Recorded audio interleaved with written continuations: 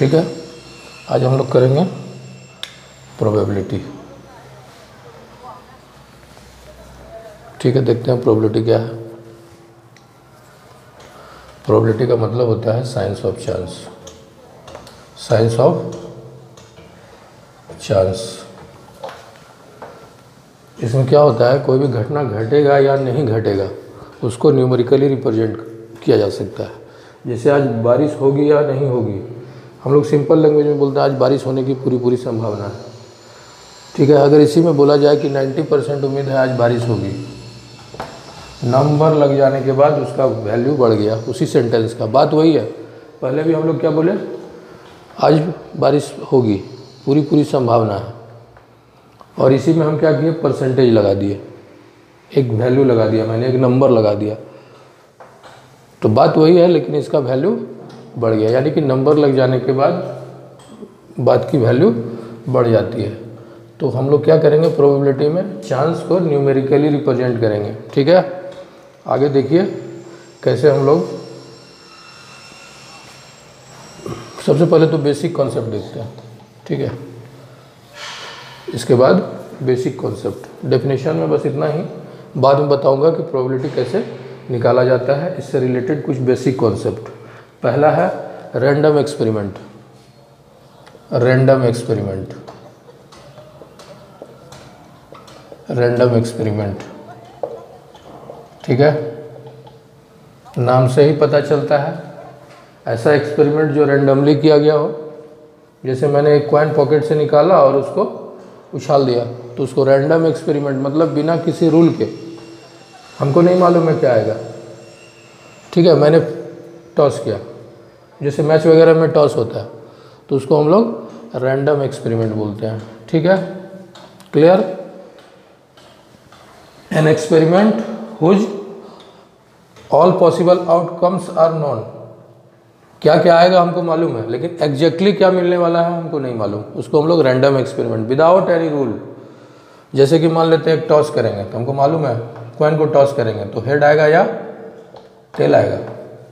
मैं अगर डाइस को फेंकूंगा तो 1 मिलेगा, 2 मिलेगा, 3 मिलेगा, 4 मिलेगा, 5 मिलेगा या 6 मिलेगा, लेकिन एग्जैक्टली फेंकने के बाद क्या मिलेगा, 3 आएगा या 6 आएगा, कहना मुश्किल है। ठीक है, तो इसको हम लोग रैंडम एक्सपेरिमेंट बोलते हैं। तो क्या हो गया definition, an experiment whose all possible outcomes are known but exactly can not be predicted exactly. ठीक है, उसको हम लोग रैंडम एक्सपेरिमेंट बोलते हैं। क्लियर। अब आ जाइए सैंपल स्पेस। सैंपल स्पेस सबसे ज़्यादा इम्पॉर्टेंट कॉन्सेप्ट है, सैंपल स्पेस। ठीक है, सैंपल स्पेस निकालने का मतलब है कि हमारा 50% सवाल बन जाना। सैंपल स्पेस अगर निकाल लेते हैं तो समझ लीजिए एक सवाल बन गया।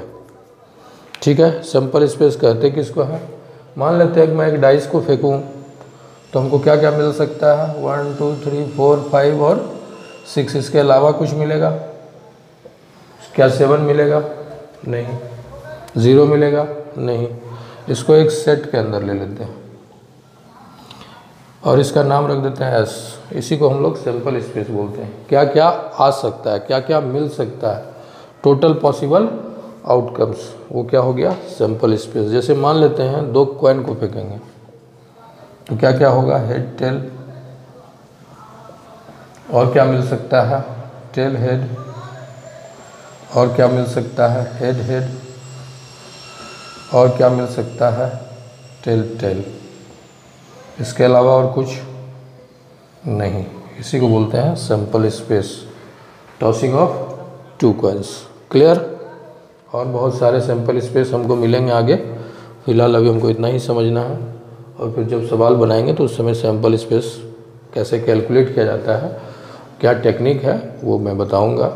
इसमें से कुछ पर कॉम्बिनेशन का भी कॉन्सेप्ट है, देखेंगे बाद में। ठीक है, तो हम लोगों ने क्या क्या कर लिया। प्रोबेबिलिटी किसको बोलते हैं, साइंस ऑफ चांस, जिसमें क्या होता है कोई भी घटना घटेगा या नहीं घटेगा उसको न्यूमेरिकली रिप्रेजेंट किया जाता है। उसके बाद रैंडम एक्सपेरिमेंट, ऐसा एक्सपेरिमेंट जिसमें क्या आएगा टोटल आउटकम्स हमको पता रहता है, लेकिन एग्जैक्टली क्या आएगा कहना मुश्किल है, प्रेडिक्ट नहीं कर सकते हैं। वो हो गया रैंडम एक्सपेरिमेंट। उसके बाद क्या था, सैंपल स्पेस। क्या क्या आ सकता है, जैसे 1 मिला, 2 मिला, 3 मिला, 4 मिला, 5 मिला, 6 मिला। जब मैं एक डाइस को फेंकूंगा तो ये सारे को एक सेट में ले लीजिए, इसी को हम लोग सैंपल स्पेस कहते हैं। तो क्या हो गया डेफिनेशन इसका, the set of all possible outcomes is called sample space. 2 coin को फेंकेंगे, अब मान लेते हैं 2 डाइस को फेंकेंगे तो क्या क्या मिलेगा, 1 1 1 2 1 3, टोटल कितने मिलेंगे लास्ट 6 6। तो कितने हो गए, 6 × 6 36। 2 कॉइन जब फेंकूंगा तो क्या होगा, इसको ऐसे आप कैलकुलेट कर सकते हैं, NS number of sample space.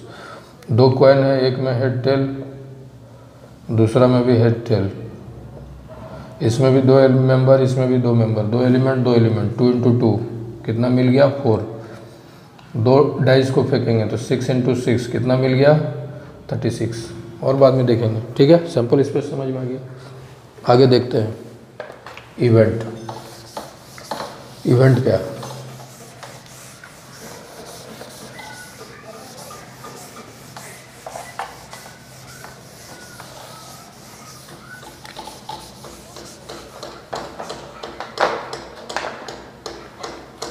Event. मान लेते हैं कॉइन को टॉस करता हूँ मैं, हमको मिला हेड, तो ये इवेंट है। एक डाइस है, फेंके 5 मिला, इवेंट है। मतलब जो आया उसको हम लोग क्या बोलेंगे, इवेंट। बड़ा इजी है, बड़ा सिंपल कॉन्सेप्ट है इवेंट का। 2 तरह का इवेंट होता है इवेंट, 2 टाइप्स। पहला सिंपल इवेंट, और दूसरा कंपाउंड इवेंट। आइए दोनों को समझ लेते हैं। सिंपल इवेंट क्या है, कंपाउंड इवेंट क्या है। मान लेते हैं एक डाइस को फेंकेंगे तो बस हम लोग को मालूम है टेल आएगा या हेड आएगा। लेकिन अगर 2 डाइस को फेंकेंगे, या नहीं तो एक कॉइन को फेंक दें, कॉइन को फेंकें और एक डाइस को फेंकें, तो इस तरह का नंबर मिलेगा। जैसे हो सकता है कॉइन पे हेड मिले और दूसरे पे 1 मिल जाए, या नहीं तो हेड 5 मिल जाए, या नहीं तो टेल कुछ और मिले, टेल के साथ कोई नंबर मिल जाए, 6 मिल जाए। यहाँ पर देख लीजिए, इस दोनों को मैं ब्रेक नहीं कर सकता हूँ, ठीक है। सॉरी, इस दोनों को, ये तो ब्रेकेबल है ही नहीं, सिंगल है, इसलिए इसको सिंपल बोलेंगे। इसको मैं ब्रेक नहीं कर सकता हूँ, क्यों, क्योंकि ये दोनों एक साथ है, हेड के साथ 1। जब कॉइन और डाइस को फेंकेंगे तो बस ऐसा ही मिलने वाला है, हेड 1, हेड 5, टेल 6, टेल 1, ऐसा कुछ मिलेगा। इसको अलग करने से फिर ये इवेंट होगा ही नहीं, तो इसको हम लोग क्या बोलेंगे, कंपाउंड इवेंट। समझ में आ गया। सिंपल क्या है, बस सिंगल। कंपाउंड में क्या, 2 फॉर्म में रहेगा जिसको ब्रेक नहीं किया जा सकता है, ब्रेक करके फर्दर ब्रेक करना मुश्किल है, उसको हम लोग कंपाउंड इवेंट बोलते हैं, ठीक है। आगे देखते हैं। चलिए अब देखते हैं प्रोबेबिलिटी कैसे कैलकुलेट किया जाता है। प्रोबेबिलिटी का फॉर्मूला है, मान लेते हैं कोई इवेंट है, प्रोबेबिलिटी ऑफ हैपनिंग है, क्या हो जाएगा, टोटल नंबर ऑफ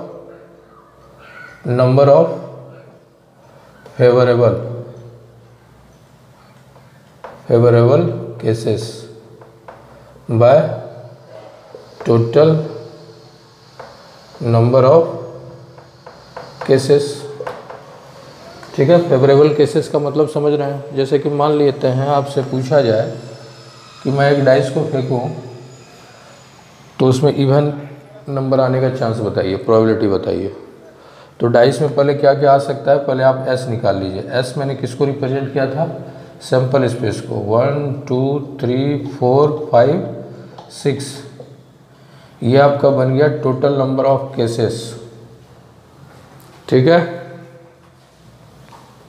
कितने हैं 1 2 3 4 5 6, NS कितना मिल गया 6।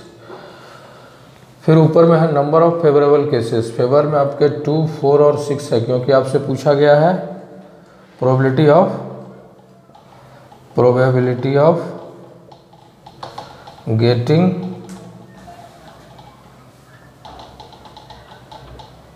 Even number.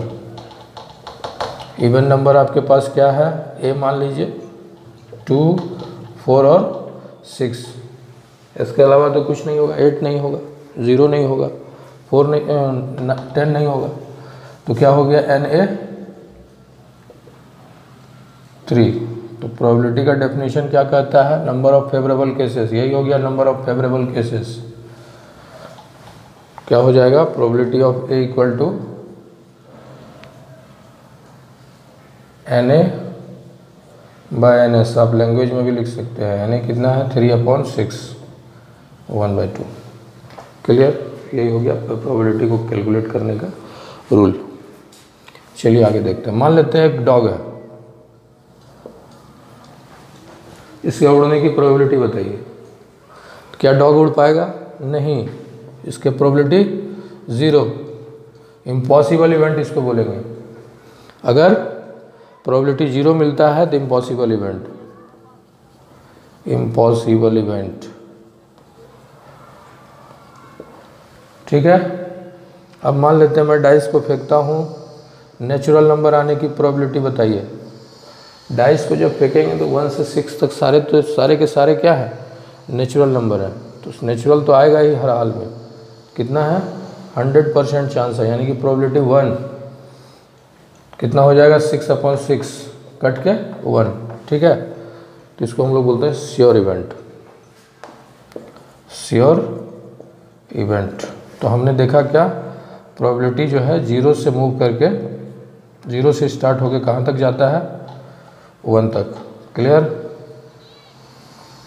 प्रोबेबिलिटी निगेटिव नहीं हो सकता है, 1 से बड़ा नहीं होगा। क्लियर, ये हम लोग क्लास 10 में भी पढ़े थे। आगे देखते हैं।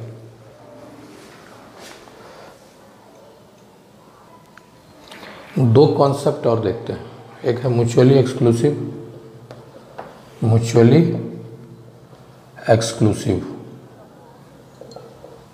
और दूसरा एक्सहॉस्टिव, ठीक है। देखते हैं म्यूचुअली एक्सक्लूसिव क्या है। इसका डेफिनेशन यही है कि दो इवेंट इकट्ठा एक साथ नहीं है, ठीक है, सिमल्टेनियसली नहीं हो दो इवेंट। अगर दो इवेंट सिमल्टेनियसली नहीं होता है तो उसको हम लोग म्यूचुअली एक्सक्लूसिव कहते हैं। मान लेते हैं एक डाइस है, ठीक है, डाइस को जब मैं फेंकूंगा तो क्या क्या मिलेगा 1 2 3 4 5 6, ठीक है। अब यहाँ पे हम दो इवेंट के बारे में सोचते हैं। एक इवेंट क्या है, ए कि नंबर इवन मिले 2 4 6, और एक इवेंट के बारे में सोचते हैं क्या कि ऑड मिले, ठीक है। तो आपसे अगर बोला जाए कि find the probability of getting a number even and odd, ऐसा कोई भी नंबर नहीं है इसमें जो कि इवन भी हो और साथ में ऑड भी हो, ठीक है। एंड यहाँ पर एंड की हम बात कर रहे हैं, यानी कि ए इंटरसेक्शन बी, बाद में बताएंगे आगे, इसको पढ़ा जाता है एंड, ठीक है। मतलब दोनों एक साथ, हम लोग सेट थ्योरी में पढ़े थे क्लास 11 में, ठीक है। ए इंटरसेक्शन बी क्या मिल रहा है, कुछ नहीं, 0। ए इंटरसेक्शन बी क्या मिला, कुछ नहीं, नथिंग, यानी कि एन ए इंटरसेक्शन बी क्या मिल गया 0। तो probability of A intersection B क्या मिलेगा, ये भी 0 मिलेगा, ठीक है। तो इसको हम लोग म्यूचुअली एक्सक्लूसिव, सीधा डेफिनेशन ये है कि दो इवेंट अगर एक साथ नहीं पॉसिबल हो तो उसको हम लोग म्यूचुअली एक्सक्लूसिव कहते हैं। इसी को थोड़ा सा एग्जॉस्टिव में चलते हैं। अगर आपसे पूछा जाए कि find the probability of getting a और बी, यानी कि इवन मिले या नहीं तो फिर ऑड मिले, इस सिचुएशन में और का मतलब यूनियन होता है, ए यूनियन बी जब निकालेंगे तो क्या मिलेगा, दोनों को मर्ज कर देते हैं हम लोग, 1 2 3 4 5, तो एन ए यूनियन बी जो है वो किसके इक्वल हो गया, सैंपल स्पेस के इक्वल मिल गया, तो हम लोग इसको एग्जॉस्टिव इवेंट बोलेंगे। क्लियर? ठीक है, आगे देखते हैं, आगे देखते हैं। इस नोटिफिकेशन को याद रखिएगा, सबसे पहले ए यूनियन बी, नोट कर लीजिए इसको, बहुत इम्पोर्टेंट है। अगर ये समझ लेंगे तो आपका प्रॉब्लम में कन्फ्यूजन नहीं होगा। ए यूनियन बी का मतलब क्या होता है, ए और बी, ओ आर, और याद रखिएगा या तो ए या तो बी, यहाँ लिख दिया है आइदर ए और बी। इसको एक लैंग्वेज और है क्या, at least one of A and B, ये बुक का लैंग्वेज है, ऐसा अगर मिल जाता है कहीं पर लिखा हुआ, find the probability of getting at least one of a और बी, तो हम लोग ए यूनियन बी निकालेंगे। ठीक है, या नहीं तो आइदर ए और बी, थोड़ा सा ध्यान रखना है, इसको दिमाग में रखिएगा, बहुत कन्फ्यूजन खड़ा करता है। ए इंटरसेक्शन बी, इंटरसेक्शन का मतलब होता है एंड, एंड मतलब बहुत, दोनों हमेशा। ए इंटरसेक्शन बी बार, बार का मतलब समझते हैं, मान लेते हैं ए का प्रोबेबिलिटी हैपनिंग का 1/3 है, तो नॉट हैपनिंग क्या हो जाएगा, 1 - 1/3। नॉट हैपनिंग को ए बार से लिखा जाता है, सॉल्व करके क्या मिलेगा, 2/3। एक हम फॉर्मूला याद रखिएगा, ए प्लस ए बार हमेशा 1 मिलता है। ठीक है, होने का और नहीं होने का दोनों को ऐड करेंगे तो ऑलवेज 1 मिलेगा। क्लियर? इसको बोलते हैं कॉम, हटाइए, जाने दीजिए। फिर इसका क्या मतलब है, ए हुआ but A but not be, इसका मतलब बी बट नॉट ए, इसका मतलब ए पे भी बार है बी पे भी बार है, ना तो ए ना B. A union B union C का क्या मतलब, at least one of A B और सी। ठीक है, यहाँ तक हो गया। अब हम लोग आगे देखेंगे इंडिपेंडेंट इवेंट और कंडीशनल नेक्स्ट सेक्शन में।